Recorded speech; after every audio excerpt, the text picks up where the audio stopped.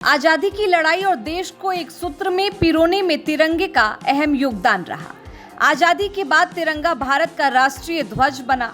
हालांकि तिरंगे को लेकर तमाम विवाद भी हुए, यहां तक कि महात्मा गांधी भी नाराज हो गए थे। वायसराय लॉर्ड माउंटबेटन ने जवाहरलाल नेहरू, सरदार पटेल और दूसरे नेताओं से मशवरा की आजादी के लिए 15 अगस्त 1947 का दिन तय किया। वायसराय लॉर्ड माउंटबेटन ने जवाहरलाल नेहरू, सरदार पटेल और दूसरे नेताओं से मशवरा कर आजादी के लिए 15 अगस्त 1947 का दिन तय किया। इससे लगभग 3 हफ्ते पहले 22 जुलाई 1947 को संविधान सभा की एक बैठक बुलाई गई। इस बैठक में जो सबसे अहम चर्चा होने वाली थी वह थी भारत के राष्ट्रीय ध्वज को लेकर। सभा की बैठक में घंटों की मत्थापच्ची के बाद तिरंगे को इसके वर्तमान स्वरूप में राष्ट्रीय ध्वज के तौर पर अपनाने पर मुहर लग गई। हालांकि इससे पहले जो झंडा यूनियन जैक की जगह लेने वाला था वह बीते 30 सालों से क्रांतिकारियों और स्वतंत्रता सेनानियों की तमाम बैठकों, जुलूस और प्रदर्शनों में लहराता आया था। उस झंडे में ऊपर केसरिया, बीच में सफेद और नीचे हरे रंग की पट्टी थी।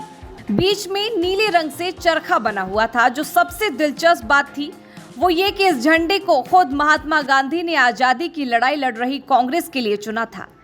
कांग्रेस के तमाम नेताओं ने अलग अलग चीजें सुझाई और आखिरकार राष्ट्रीय ध्वज में बीचों बीच सबसे सम्मानित जगह अशोक चक्र को मिला।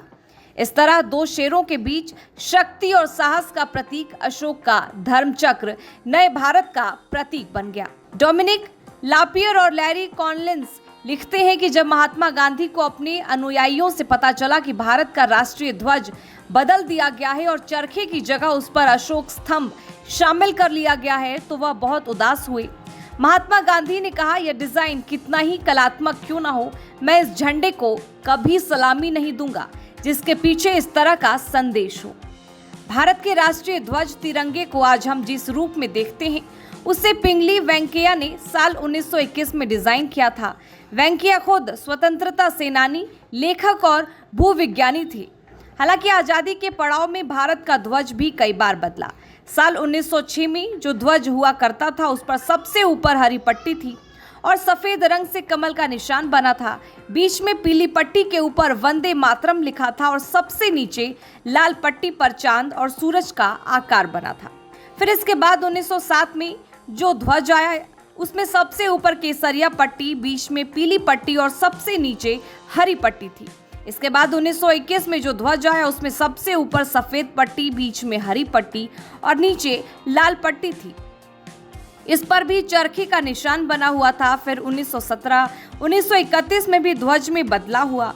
आखिरकार 1947 में हमने तिरंगे को अंगीकार किया और आज वही भारत का राष्ट्रीय ध्वज है।